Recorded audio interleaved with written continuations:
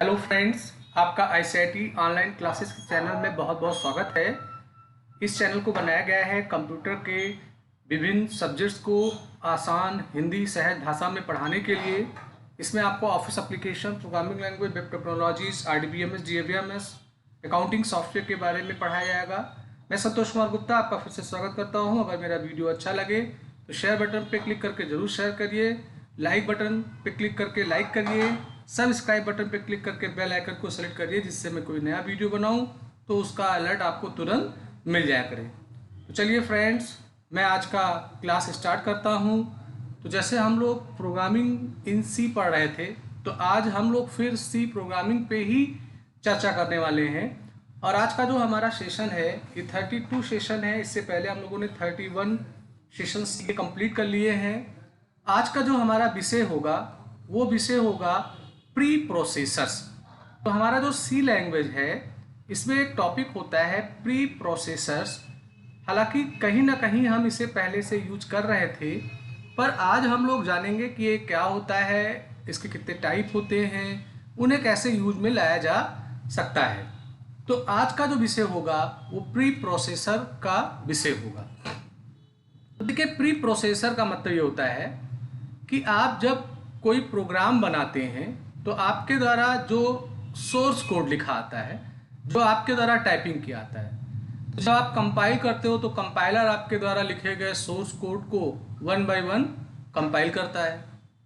पर अगर आप प्लान कर रहे हो कि मेरे सोर्स कोड को कंपाइल करने से पहले हमारा सी कुछ ऐसी बातें हैं जिन्हें पहले ही समझ ले, जान ले, तो आपके कोड के कंपाइलेशन से पहले अगर किसी क्रिया को हमें सी के जरिए कराना होता है तो उसे हम लोग प्री प्रोसेसर्स डायरेक्टिव बोलते हैं, उनके मदद से हम लोग करते हैं। जैसे इसके नाम से ही पता चल रहा है कि ये आपके सोर्स कोड से पहले कंपाइलेशन का काम करता है। बहुत सारे ऐसे स्टेप हमारे प्रोग्राम में होते हैं जिन्हें हम चाहते हैं कि प्रोग्राम एग्जीक्यूट करने से पहले वो समझ ले। हमारा सी का कंपाइलर या C++ में भी ये मिलता है। तो ऐसे स्थिति में हम लोग प्री प्रोसेसर का प्रयोग करते हैं। इसके लिए हम लोग जिस पर्टिकुलर सिंबल का प्रयोग करते हैं वो हैश का निशान होता है। तो आपने देखा होगा, आप लोग हर प्रोग्राम बनाते हो उसमें आप हैश इंक्लूड लिखते हो, फिर आप एक हेडर फाइल का नाम लिखते हो। तो होता क्या है कि जो आप इंक्लूड के पहले हैश लगाते हैं तो इंक्लूड के पहले हैश जो है वो प्री प्रोसेसर बन जाता है। तो जब आप प्रोग्राम को कंपाइल करते हो तो आपका कंपाइलर आपके द्वारा लिखे गए सोर्स कोड को पहले नहीं कंपाइल करता है, पहले जो इंक्लूड के जरिए आप हेडर फाइल लिखते हो उन्हें वो कंपाइल कर लेता है। तो इसलिए हम लोग प्री प्रोसेसर का प्रयोग करते हैं। तो जितने भी प्री प्रोसेसर डायरेक्टिव होंगे उनकी शुरुआत आपको हैश सिंबल के साथ करना होगा। चलिए एक डायग्राम में मैं आपको समझाने का कोशिश करता हूं कि ये प्री प्रोसेसर कैसे काम करते हैं। आपका कोई एक सी का प्रोग्राम है, उसमें आपने बहुत सारे कोड्स लिख रखे हैं। तो जब आप अपने प्रोग्राम को कंपाइल करते हैं तो आपका कंपाइलर पहले ये चेक करेगा कि आपके प्रोग्राम में कोई प्री प्रोसेसर डायरेक्टिव्स है। प्री प्रोसेसर डायरेक्टिव्स की पहचान ही होगी कि उसके आगे हैश का निशान लगा होगा। अगर नहीं है तो फिर कंपाइलर आपके द्वारा लिखे गए सोर्स कोड को कंपाइल कर देगा। पर अगर प्री प्रोसेसर डायरेक्टिव है, यस आएगा जवाब, तो पहले प्री प्रोसेसर के अंतर्गत जो क्रियाएं लिखी गई हैं उनको वो परफॉर्म करेगा, फिर तब आपके सोर्स कोड को कंपाइल करेगा।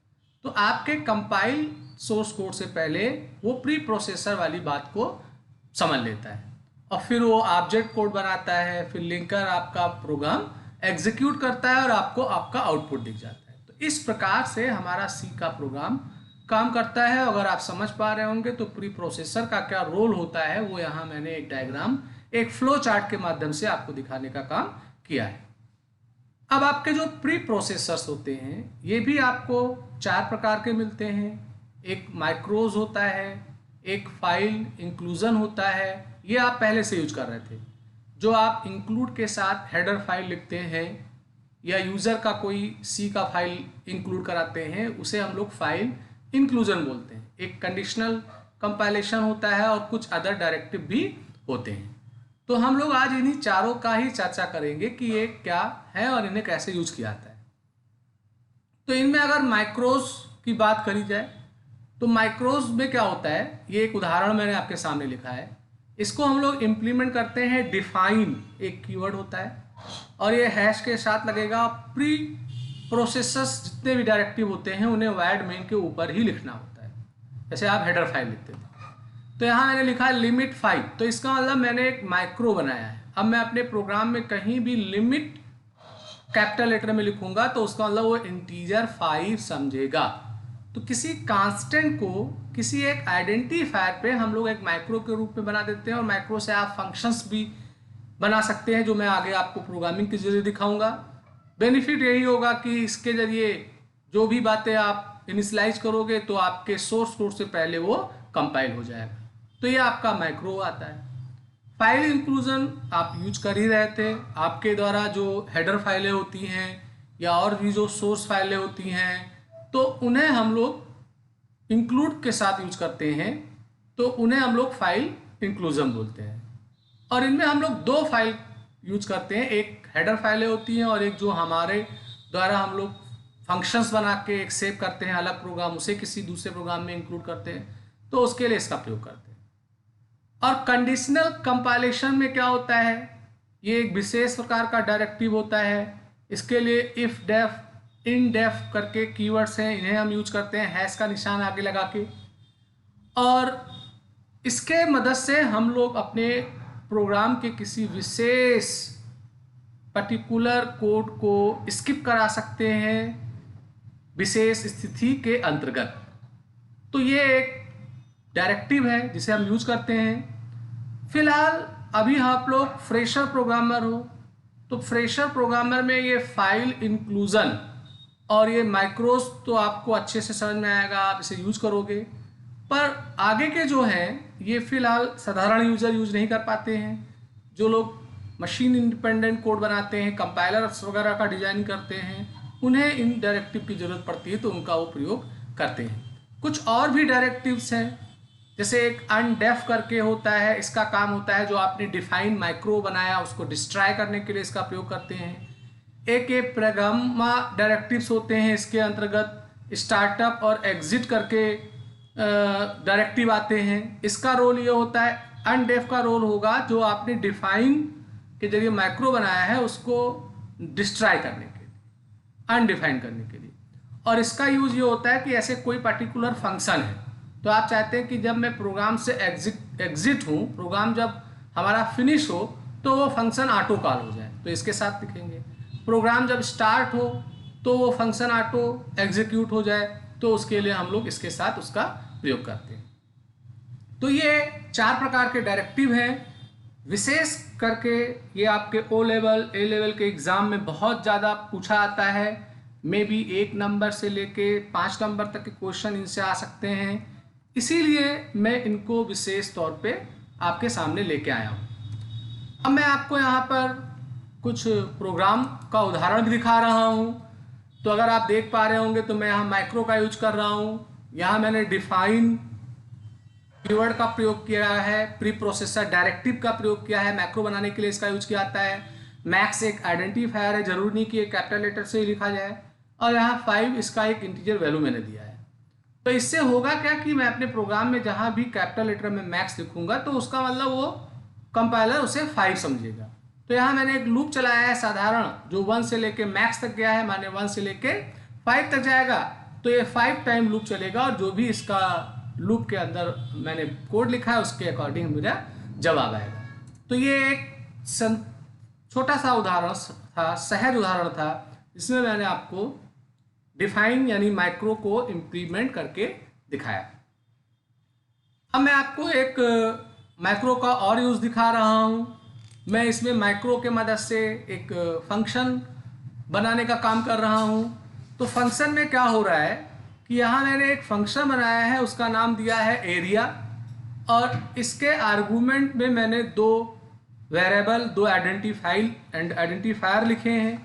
तो ये जो लाइन लिखा हुआ है ये हो गया कि आप अपने प्रोग्राम में एरिया नाम का एक फंक्शन ना होके नेचर से माइक्रो है, आप कॉल करेंगे और 2 वैल्यू जो भी इसे भेजेंगे वो इसको रिसीव होगा और इसका काम होगा उन्हीं 2 वैल्यू को मल्टीप्लाई करके रिटर्न करके वापस कर देगा। ये रिटर्न टाइप के ऑटो टाइप के होते हैं। अब अगर आप देखो तो यहाँ मैंने एरिया नाम का माइक्रो कॉल किया है। अब माइक्रो एज ए फंक्शन के फॉर्म में है, यहाँ मैं फंक्शन बोलूँगा अगर तो उसे आप माइक्रो ही समझिए। और मैंने यहाँ L1 और L2 की वैल्यू भेजी है। L1 की वैल्यू 10 है, L2 की वैल्यू 5 है। तो L1 की वैल्यू L को रिसीव होगी, L2 की वैल्यू B को रिसीव होगी। तो ये 10 और 5 को क्या करेगा, मल्टीप्लाई करेगा और उसी रिजल्ट्स को रिटर्न करके ये A नाम के इंटीजर में स्थापित कर देगा। तो जब मैं A को प्रिंट करूंगा तो मेरा जवाब 50 आएगा। अक्सर आपके एग्जाम में पूछा जाएगा कि माइक्रो और फंक्शन में अंतर क्या होता है। तो माइक्रो और फंक्शन में अंतर ये होता है कि माइक्रो जो होते हैं इनसे हम छोटे छोटे कैलकुलेशंस के लिए फंक्शंस बना सकते हैं। बहुत बड़ा कोई लॉजिक इसके साथ हम लोग इम्प्लीमेंट नहीं कर सकते हैं।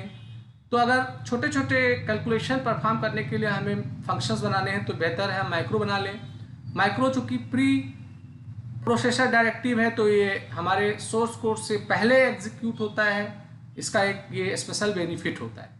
तो यहाँ मैं प्रोग्राम को अगर रन करता हूँ तो अगर आप देखो तो यहाँ पे 50 आपका आता है। तो एक मैंने माइक्रो आपको बना के दिखाया जिसमें मैंने फंक्शन को इम्प्लीमेंट किया है। आप चाहें तो इसको ऐसे साधारण ब्याज के लिए भी बना सकते हैं। जैसे मैंने यहाँ पे साधारण ब्याज के लिए लिया तो साधारण ब्याज के लिए 3 वैल्यूएँ होती हैं, P, R और T। अब यहाँ पे साधारण ब्याज का जो कंप्यूटेशन है, रिजल्ट्स है, वो कर दीजिए P into R into T upon 100। तो यहाँ मैंने 100 लिख दिया। अब आप इसको 3 वैल्यू सप्लाई कर दीजिए। चलिए मैं डायरेक्ट 3 वैल्यू सप्लाई कर देता हूँ। ये A नाम का वेरिएबल लिया, यहाँ मैंने अपने सिंपल इंटरेस्ट को कॉल किया और 3 वैल्यू मैं यहाँ सप्लाई कर देता हूँ। जैसे मैंने यहाँ 1000 लिख दिया, ये प्रिंसिपल अमाउंट हो गया, 4 मेरा रेट ऑफ इंटरेस्ट हो गया, 5 मेरा टाइम हो गया। अब मैं इसे कंपाइल करूँगा तो कंपाइल करने पे अगर आप देखो तो एक साधारण ब्याज का मैंने माइक्रो बना लिया, उसके भी यहाँ पे आ जाता है। तो छोटा लिखने में माइक्रो नाम जैसे है तो ये छोटा हो आता है। तो ऐसे छोटे मोटे कैलकुलेशंस के लिए आप इसका प्रयोग कर सकते हो। पर अगर प्राइम नंबर या ऐसा कोई प्रोग्राम बनाना हो तो फंक्शन की मदद से ही बन पाएगा, माइक्रो से आप नहीं बना पाएंगे। तो फ्रेंड्स ये एक बहुत ही इम्पोर्टेंट सब्जेक्ट्स है हमारा प्री प्रोसेसर डायरेक्टिव करके। तो मैंने उसके बारे में आपको बताया और मैंने एक डायग्राम के जरिए भी बताया कि प्रोसेसर डायरेक्टिव किस तरीके से काम करते हैं। फिलहाल मैंने प्रयोगात्मक प्रैक्टिकल करके आपको मैक्रोस का यूज करके दिखाया है। बाकी आपका जो थ्योरी है उसे आप देखिएगा, आपके एग्ज़ाम में आ सकता है। अगर मेरा वीडियो आपको पसंद आया हो तो आप लाइक करिए, शेयर करिए, सब्सक्राइब करके बेल आइकन को सेलेक्ट करिए। मैं आज का अपना क्लास यहीं पे स्टॉप करता हूँ। जैसा आप लोगों को पता होगा कि इस समय O लेवल के एग्ज़ाम फॉर्म भरे जा रहे हैं जुलाई एग्ज़ाम के लिए। इसका लास्ट डेट 15 मई है। तो ट्रेडिशनली जो C के अंतर्गत सिलेबस होता है वो मैंने लगभग कवर कर लिया है।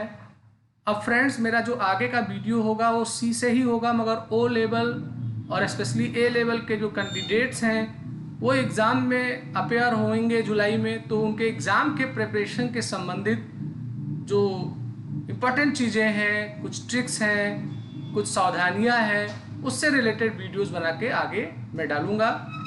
आज का दिन आपका शुभ।